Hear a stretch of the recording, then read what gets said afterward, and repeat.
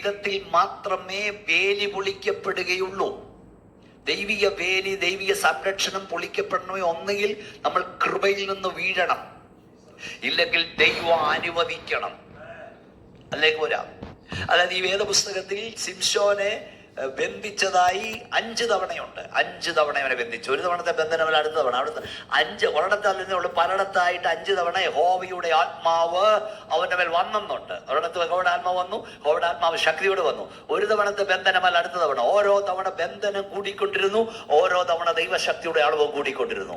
തീ തൊട്ട ചണനൂൽ പോലെ ആ ബന്ധനം വഴിഞ്ഞു മാറി. ദൈവകൃപയുള്ളവനെ, അഭിഷേകമുള്ളവനെ ബന്ധിച്ചൊതുക്കാൻ, കൃപയിൽ ജീവിക്കുന്നവനെ ബന്ധിച്ചൊതുക്കാൻ പിശാചിന് കഴിയില്ല. Praise the Lord. ശക്തിയോടെ കൈയടിച്ച് ഒരു ബാധയും നിന്നെ കൂടാതെ എടുക്കില്ല. സിംഹത്തിന്മേലെ മണല് വേണ്ടി ചവിട്ടും, ബാലസിംഹത്തെ പെരുമ്പാവിന് മെതിച്ചു കളയും. Praise the Lord. Hallelujah. Protection. ഈ ആടിനെയൊക്കെ മോട്ടിക്കാൻ വരുന്നവർ എങ്ങനെയാണെന്നറിയാമോ? ഈ ആടിനെയൊക്കെ മോട്ടിക്കാൻ വരുന്നവർ തൂപ്പ് കാണിച്ചതിനെ അങ്ങ് കൊണ്ടുപോകും. വീട്ടിൽ നിന്ന് കൊണ്ടുപോയിട്ട് കൊട്ടയ്ക്കകത്ത് വാരിട്ട് കൊണ്ടുപോകും. ഇതുപോലെ ദൈവിക പ്രൊട്ടക്ഷനിൽ നീ നിൽക്കുന്നിടത്തോളം നിന്നെ തൊടാൻ സാത്താന് കഴിയില്ല. ഈ മർമ്മം മനസ്സിലാക്കണം. അവർ കൂടോത്രം ചെയ്തു, അവർ ഇത് ചെയ്തു, മന്ത്രം ചെയ്തു, ചുത്രം ചെയ്തു, അതുകൊണ്ട് നിനക്കല്ലേ ഏറ്റെന്ന് പറഞ്ഞാൽ നീ കൃപയെന്ന് പോയെന്നാ. ഇങ്ങനെ കുറെ ആളുകളുണ്ട്, അവരത് ചെയ്തുകൊണ്ടായിരിക്കും ഇത് വന്നത്. ആ ബുദ്ധിയില്ലാത്ത ഗലാത്യരെ പറ, നിങ്ങളെ ശുദ്രം ചെയ്ത്. അപ്പൊ ശുദ്രമുണ്ട്, മയക്കമുണ്ട്. വിചാരം ഇസ്രായേലിന് ഫലിക്കയില്ല. ലക്ഷണ വ്യത്യാസം യാക്കോബിന് പറ്റത്തില്ല. ഇതൊക്കെ ഉണ്ട്. നീ ദൈവകൃപയിൽ നിന്നാൽ നിന്നെ ഇത് തൊടില്ല. ദൈവിക പ്രൊട്ടക്ഷനിൽ നിന്ന് മാറുമ്പോഴായതേക്കുന്നേ. 2, ഇവിടെ പിശാച് ഒരു വെല്ലുവിളി നടത്തുകയാണ്. എന്താ വെല്ലുവിളിച്ചത്? നീ അവനെ പ്രൊട്ടക്ട് ചെയ്യുന്നു. 1. 2, നീ അവനെ അനുഗ്രഹിച്ചിരിക്കുന്നു. അവന് മൃഗസമ്പത്തുണ്ട്. ഒരു കൈ നീട്ടി എന്തോട് 2 കാര്യം പറഞ്ഞു പിശാച്. 1, നീ അവനെ സംരക്ഷിക്കുന്നു, വേലിയുണ്ട്. 2, നീ അവനെ അനുഗ്രഹിച്ചു. 1 ഡിവൈൻ പ്രൊട്ടക്ഷൻ, 2 ഡിവൈൻ ബ്ലെസ്സിങ്. നമ്മുടെ ഭാഷ പറയുന്നത് നോക്കൂ, തമ്പുരാനെ അവൻ അതിന് കുഴപ്പമാണ്. ഒരു വീടുണ്ട്, കാറുണ്ട്, ജോലിയുണ്ട്, പിള്ളേരുണ്ട്, ഫ്രിഡ്ജുണ്ട്, TV ഉണ്ട്, ഒരു കുഴപ്പമില്ല. അതുകൊണ്ട് അവൻ സ്തോത്രം പറയുന്നേ. ഒന്ന് തൊട്ട് നോക്കിയേ, ഇതെന്തേലും ഒന്ന് കുറയട്ടപ്പോ അറിയാം. തമ്പുരാൻ പറഞ്ഞു, എൻ്റെ കുഞ്ഞെന്നെ സ്നേഹിക്കുന്നത് ഞാനവന് വീട് കൊടുത്തോണ്ടല്ല, കാറ് കൊടുത്തോണ്ടല്ല, ജോലി കൊടുത്തോണ്ടല്ല. ഇതെല്ലാം പോയാലും അവനെന്നെ സ്നേഹിക്കും. പറയാൻ തൻ്റെ ഇടം ഉണ്ടോ ഇന്ന് രാത്രി സഹോദരത്തോട്? തമ്പുരാൻ പറഞ്ഞതാ, അവനുള്ളതെല്ലാം നിന്റെ കയ്യിലിരിക്കുന്നു, അവനെ തുടരുത്. 1 വേലി പൊളിച്ചു കൊടുത്തു. ദൈവം വേലി പൊളിക്കാതെ സാത്താന് കോമ്പൗണ്ടിൽ കയറാൻ കഴിയില്ല. വേലി പൊളിക്കണമെങ്കിൽ ഇസ്രായേൽ ജനത്തെ കുറിച്ച് പറഞ്ഞു, ഞാൻ നിന്നെ വിശിഷ്ട മുന്തിരിയായി നട്ടു, പക്ഷെ കായ്ച്ചത് കാട്ടുമുന്തിരി, അതുകൊണ്ട് ഞാൻ നിന്റെ വേലി പൊളിച്ചു കളയും. ദൈവം പൊളിക്കുന്ന വേലിയുണ്ട്, ദൈവം അനുവദിക്കുന്ന വേലിയുണ്ട്. അനുവദിച്ചു പൊളിക്കുന്നു, അനുവദിച്ചു കൊടുത്താ. അവനെ തുടരുത്. യോവന്റെ മക്കൾ പോയി, സമ്പത്ത് പോയി, എല്ലാം നഷ്ടപ്പെട്ടു. അതിന്റെ അവസാന വാക്യം യോവ് പറഞ്ഞു, ഇവയൊന്നിനാലും യോവ് ദൈവത്തിൽ ദോഷം ആരോപിക്കുകയോ നാവ് കൊണ്ട് പാപം ചെയ്യുകയോ ചെയ്തില്ല. ഹല്ലേലൂയ. കൈ ഉയർത്തി ദൈവത്തെ സ്തുതിച്ച ദൈവം. 2-ാം അധ്യായം ഞാൻ വായിക്കുമ്പോൾ കരയാറുണ്ട്. 2-ാം അധ്യായത്തിൽ വീണ്ടും സാത്താനോടെ ചെന്നു. ഉടനെ തമ്പുരാൻ ചോദിക്കുന്നൊരു ചോദ്യം എന്നെ കരയിപ്പിച്ചു. എന്താന്നറിയാമോ? സ്തോത്രം, നീ എൻ്റെ ദാസനായ യോവിന്മേൽ ദൃഷ്ടി വെച്ചു.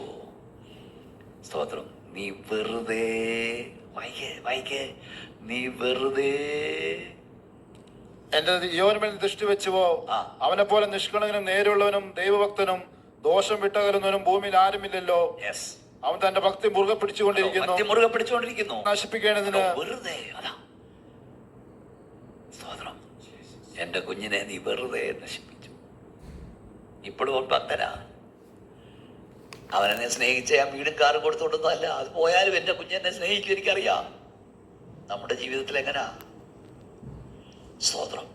ഉടനെ പിശാച് പറഞ്ഞു, എന്താ പറഞ്ഞേ? തൊക്കിന് പകരം തൊക്ക്.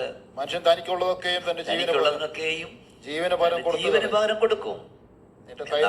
കൈ നീട്ടി അവനെ എന്നതോടെ അവൻ മുഖത്ത് നോക്കി ത്യജിച്ച് പറയും. ദൈവം തമ്പുരാൻ പറഞ്ഞു, അവനെ തൊട്ടാലും അവൻ എന്നെ വിട്ടുമാറില്ല. ദൈവം തമ്പുരാൻ പറഞ്ഞതേ, അവൻ നിന്റെ കയ്യിലിരിക്കുന്നു, അവന്റെ പ്രാണനെ തൊടരുതെന്ന് കൽപ്പിച്ചു. ഇത് വായിച്ചപ്പോൾ എനിക്ക് മനസ്സിലായി, 3 അല്ല, മറ്റൊരു വേലിയും കൂടെ, 4ാമതൊരു വേലി. നിന്റെ പ്രാണൻ ചുറ്റും ഒരു വേലിയുണ്ട്. ഒരു സ്തോത്രം വാതർന്ന് ശക്തിയോട് പറഞ്ഞു, അയ്യോ കുഞ്ഞേ, നിന്റെ പ്രാണൻ ചുറ്റും ദൈവത്തിന്റെ വേലിയുണ്ട്. ഓ ഹാബാ ശബ്ദാ സത്തുന, നിന്റെ പ്രാണൻ ചുറ്റും ദൈവത്തിന്റെ വേലിയുണ്ട്. അത് പൊളിക്കാൻ നിന്റെ പ്രാണനെ തൊടാൻ കഴിയില്ല. എന്റെ ഭാഷയിൽ പറഞ്ഞാൽ, പാണ്ടിലോറി നിന്റെ മണ്ടയ്ക്കൂടെ കയറി ഇറങ്ങിയാലും ദൈവം നിന്റെ പ്രാണൻ ചുറ്റും കെട്ടിയിരിക്കുന്ന വേലി പൊളിക്കാൻ നിന്റെ പ്രാണനെ തൊടാൻ കഴിയില്ല. സ്തോത്രം. പിശാച് പോയി അവന്റെ ദേഹത്തെ തൊട്ടു. ഉച്ചമുള്ളങ്കാൽ വരവണങ്ങളാൽ ബാധിക്കപ്പെട്ടവനായി ഓട്ട് കഷ്ണം കൊണ്ട് ചൊറിഞ്ഞുകൊണ്ട് ചാരത്തിൽ കിടക്കുമ്പോൾ അവന്റെ ഭാര്യയിൽ പിശാച് കയറി. അവൻ വന്നിട്ട് ചോദിച്ചു, അവൾ വന്നിട്ട് ചോദിച്ചു, നീ ഇപ്പോഴും എന്റെ ഭക്തി മുറുകെ പിടിച്ചുകൊണ്ടിരിക്കുകയാണ്. ദൈവത്തെ ത്യജിച്ച് നരകത്തിപ്പാനൊക്കത്തുള്ള ഇവിടെ നീയോ ചോദിച്ചു, നീ ഒരു പൊട്ടി സംസാരിക്കുന്ന പോലെ ദൈവത്തിൽ നന്മ കൈക്കൊണ്ടു തിന്മയും കൈക്കൊണ്ടിട്ടതല്ലയോ? യോബിന്റെ കുടുംബം അത് വളരെ പഠിക്കേണ്ടതാണ്. ഒരു ദൈവഭക്തന്റെ ഭവനം എങ്ങനെ ആയിരിക്കണമെന്നതിനും എങ്ങനെ ആയിരിക്കരുത് എന്നതിനും തെളിവാണ് യോബിന്റെ ഭവനം. യോബിന്റെ കുടുംബത്തെ കുറിച്ച് നമ്മൾ വായിക്കുന്നത്, അവനെ മക്കള് 10 പേരായിരുന്നു. 7 ആൺപിള്ളാരും 3 പെൺപിള്ളാരും. ആൺപിള്ളാരുടെ പ്രത്യേകത, അവർ ഒരു ദിവസം ഒരു വീട്ടിൽ കൂടും, പിറ്റേ ദിവസം മറ്റൊരു വീട്ടിൽ കൂടും. 7 ദിവസം 7 വീട്ടിൽ. എന്നിട്ട് ഈ പെങ്ങന്മാരെ ആള് വിട്ട് വിളിപ്പിക്കും. എന്തോ ഒരു സഹോദര സ്നേഹമാണ്. ഓരോ ദിവസവും ഓരോ വീട്ടിൽ. കാല് കുത്തിയിട്ട് എത്ര നാളായി സഹോദരന്റെ വീട്ടിൽ? പലരുടെയും കാര്യം. സ്തോത്രം. പെന്തക്കോസിലായ ഈ സഹോദര സ്നേഹം കൊണ്ടാ പോകുന്നത്.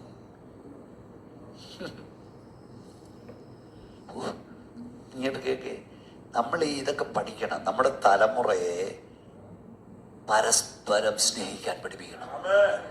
കൈയൊന്നുയർത്തി ദൈവത്തെ സ്തുതിച്ചേ. കരുതാൻ പഠിപ്പിക്കണം. പരസ്പരം കരുതാൻ.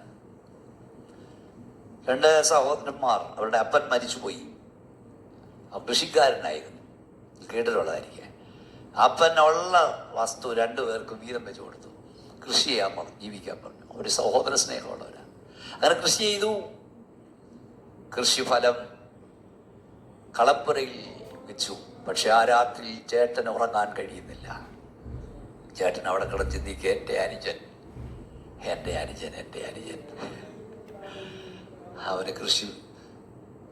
അവന് നെല്ല് കിട്ടിയോ? അയാൾക്ക് ഉറങ്ങാൻ കഴിയുന്നില്ല. അയാൾ രാത്രി എഴുന്നേറ്റ് കളപ്പുരയിൽ നിന്നൊരു ചാക്ക് നിറയെ നെല്ല് വാരിക്കെട്ടി തലച്ചുമടായി ചുമന്ന് അനിയന്റെ പത്തായപ്പുര ലക്ഷ്യമാക്കി നടക്കുക. അപ്പോൾ അനിയൻ, എൻ്റെ ചേട്ടൻ അവനും ഉറങ്ങാൻ കഴിയാതെ എഴുന്നേറ്റ്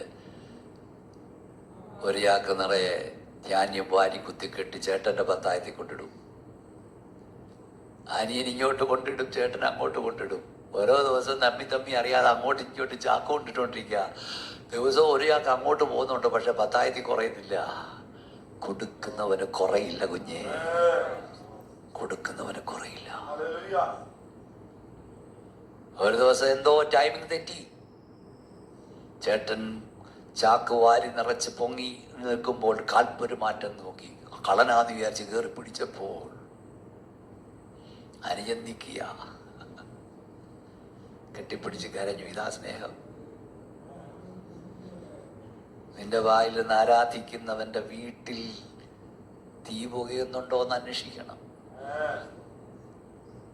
ഇല്ലാതെ ദൈവസ്നേഹം പറഞ്ഞ് തമ്പേർ തട്ടി പൊട്ടിച്ചുകൊണ്ടും മേശ അടിച്ചു പൊറിച്ചുകൊണ്ടും കാല് പോകാന്നേ ഉള്ളൂ. അടിച്ചാട്ടി പൊടിച്ചോളൂ. എൻ്റെ കൂടെ ആരാധിച്ചവൻ്റെ മോള് വില നിറഞ്ഞ് നിൽക്കുമ്പോൾ നിന്റെ കുഞ്ഞിന് ഫീസെടുത്ത് ട്യൂഷൻ തന്ന ട്യൂഷൻ ടീച്ചറുടെ കല്യാണം നടത്താതിരിക്കുമ്പോൾ നീ ദൈവസ്നേഹവും പറഞ്ഞ് ഇവിടെ കിടന്ന് പൊട്ടിച്ചുകൊണ്ടൊന്നും കാര്യമില്ല. കരുതുന്നവരാണ്. കുറഞ്ഞ പക്ഷം നമ്മുടെ കുഞ്ഞുങ്ങളെ പഠിപ്പിക്കണം. 2 സെന്റ് സ്ഥലത്തിന് സുപ്രീം കോടതി വരെ കേസ് പറയുന്നവനില്ലയോ ക്രിസ്ത്യാനി? പിന്നെ എന്താ പ്രമാണം? ക്ഷമിക്കാനും മറക്കാനും പൊറുക്കാനും പഠിപ്പിക്കണം തലമുറയെ. കരുതാൻ പഠിപ്പിച്ച് അങ്ങോട്ടും ഇങ്ങോട്ടും. സ്തോത്രം. അത് മാത്രമാണ് ഈ പിതാവ് ഈ മക്കളും അബദ്ധവശ പാപം ചെയ്തു ചിന്തിച്ച് അന്നാ രാവിലെ എഴുന്നേറ്റ് അവിടെ സംഘിക്കത്തോണം ഹോമയാഗം കഴിക്കുമായിരുന്നു. പക്ഷെ ആ കുടുംബത്തിന് സംഭവിച്ചത് പ്രതിസന്ധി വന്നപ്പോൾ, പിശാചിന്റെ വെല്ലുവിളികൾ വന്നപ്പോൾ, സാത്താൻ കൊടുങ്കാറ്റുകൾ അവർക്ക് നേരെ അഴിച്ചുവിട്ടപ്പോൾ ഒന്നിച്ചതിനെ എതിർപ്പാൻ അവർക്ക് കഴിഞ്ഞില്ല. ഇതൊരു ദൂതാണെന്ന് രാജ്യം പറയുന്നു. നിനക്കെതിരെ നിന്റെ കുടുംബത്തിനെതിരെ ദുഷ്ടപിശാച് കാറ്റടിക്കുമ്പോൾ ഒന്നിച്ച് കൈകോർത്ത് പിടിച്ചു നിന്ന് അതിനെ എതിർത്ത് തോൽപ്പിക്കുക. ഉണർന്നുകൊള്ളുക. ചാവാറായി ശേഷിപ്പുകളെ ശക്തീകരിച്ചു കൊള്ളുക. കോട്ട കാത്തുകൊള്ളുക. സംഹാരകൻ നിനക്കെതിരെ കയറി വരുന്നു. നിന്നെ തന്നെ ശക്തീകരിക്കുക. പ്രതിസന്ധി വരുമ്പോൾ അങ്ങോട്ടും ഇങ്ങോട്ടും കുറ്റം പറയുകയല്ല, ധൈര്യപ്പെടുത്തണം. കൈയൊന്നടിച്ച ശക്തിയോടെ ദൈവത്തെ ആരാധിച്ച് ഹല്ലേലൂയ. ഞാന് പലപ്പോഴും ഈ കേരളത്തിൽ കല്യാണം നടത്തുമ്പം പറയും, അതായത് പരസ്പരം ധൈര്യപ്പെടുത്തണം. ഇപ്പോൾ ആ ദൂത് ഏൽപ്പിച്ചുകൊണ്ട് ഞാൻ പറയാം, പരസ്പരം ധൈര്യപ്പെടുത്തണം, അങ്ങോട്ടും ഇങ്ങോട്ടും ധൈര്യപ്പെടുത്തണം. അങ്ങനെ ധൈര്യപ്പെടുത്തേണ്ടത്, അതായത് ആരാധനമായി കിടന്ന അബ്രഹാമും ഇസ്ഹാഖും കൂടെ പോകുമ്പോൾ ഇസ്ഹാഖ് അബ്രഹാമിന്റെ ചോദിക്കും, അപ്പൊ ആ തീയുണ്ട്, വിറകുണ്ട്, യാഗവസ്തു എവിടെ? ഇവിടെ അബ്രഹാമിന്റെ മറുപടി, നീ തന്നെ ആടാ യാഗമൃഗം എന്നാണോ? അല്ല, അബ്രഹാമിന്റെ മറുപടി, യഹോവായിരേ, ദൈവം കരുതും കുഞ്ഞെ, ദൈവം കരുതും കുഞ്ഞെ. വല്ലതും മനസ്സിലാകുന്നുണ്ടോ? പ്രശ്നങ്ങൾ വരുമ്പം പരസ്പരം ധൈര്യപ്പെടുത്തണം. ഭാര്യ തളരുമ്പോൾ ഭർത്താവ് ധൈര്യപ്പെടുത്തണം. ഭർത്താവ് തളരുമ്പോൾ ഭാര്യ ധൈര്യപ്പെടുത്തണം. മക്കള് തളരുമ്പോൾ അപ്പനും അമ്മയും ധൈര്യപ്പെടുത്തണം. അപ്പനും അമ്മയും തളരുമ്പോൾ മക്കള് ധൈര്യപ്പെടുത്തണം. എന്ന് പറയണം, എന്റെ ദൈവം കരുതുമെന്ന് പറയണം. കൈകടിച്ച ശക്തിയോട് സ്തോത്രം പറ. നിന്റെ ഭർത്താവ് തളരുമ്പോ പറയണ, അച്ഛാ ദൈവം കരുതുമച്ച, ഇതുവരെ കരുതിയവൻ നമ്മെ കരുതുമെന്ന് പറയണം.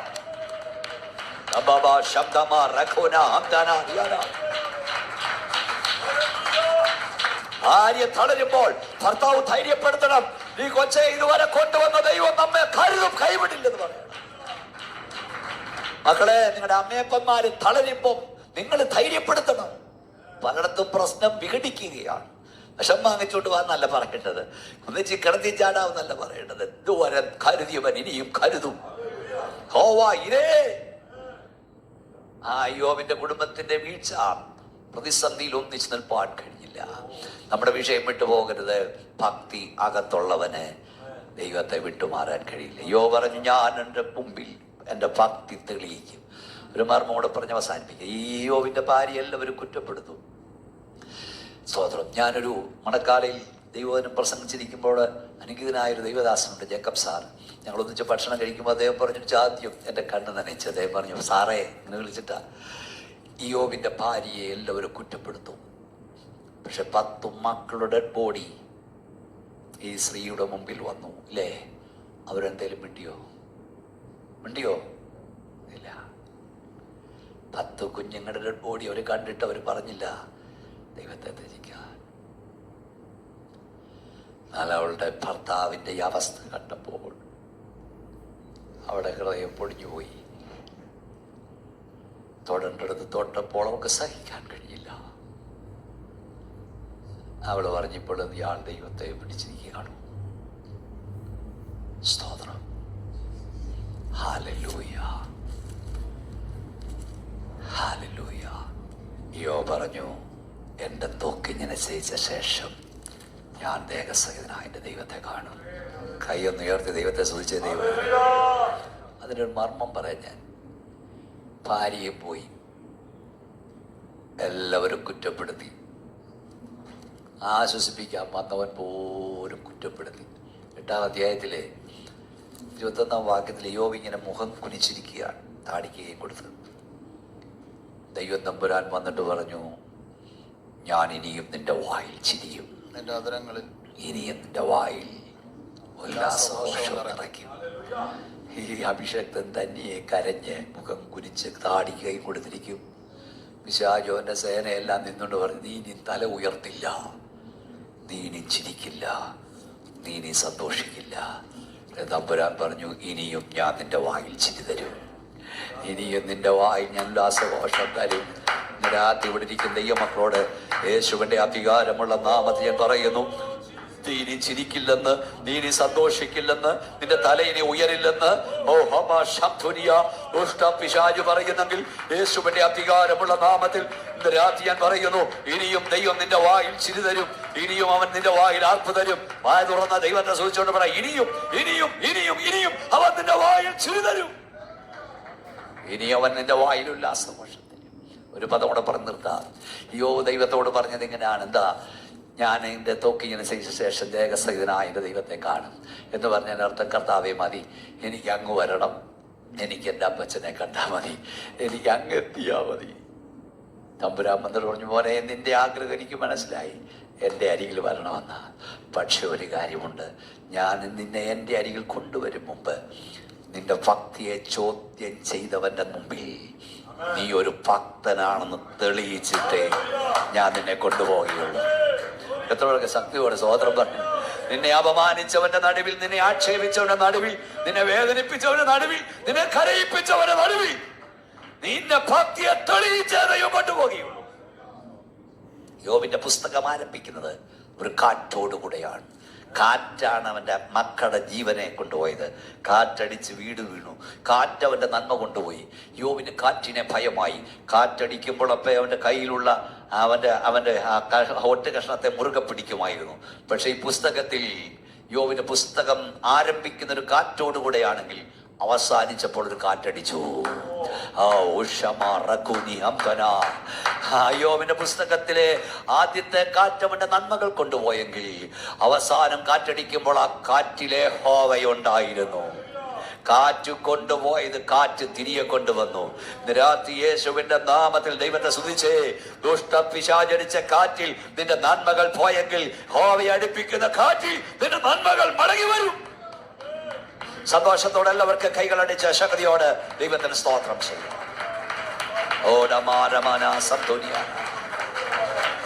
ഭക്തി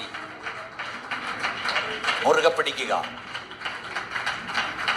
ഭക്തി മുറുകെ പിടിക്കുക, യേശുവിനെ സ്നേഹിക്കുക. നമുക്ക് എല്ലാവർക്കും ദൈവത്തിന് നിൽക്കാം, എല്ലാവർക്കും വേണ്ടി നിൽക്കാം. എൻ ജീവനെ കാളും നീ വലിയതാണെനിക്ക്, എൻ ജീവനെ കാളും നീ വലിയതാണെനിക്ക്. പ്രേമഗീതമാ, എൻ പ്രേമഗീതമാ,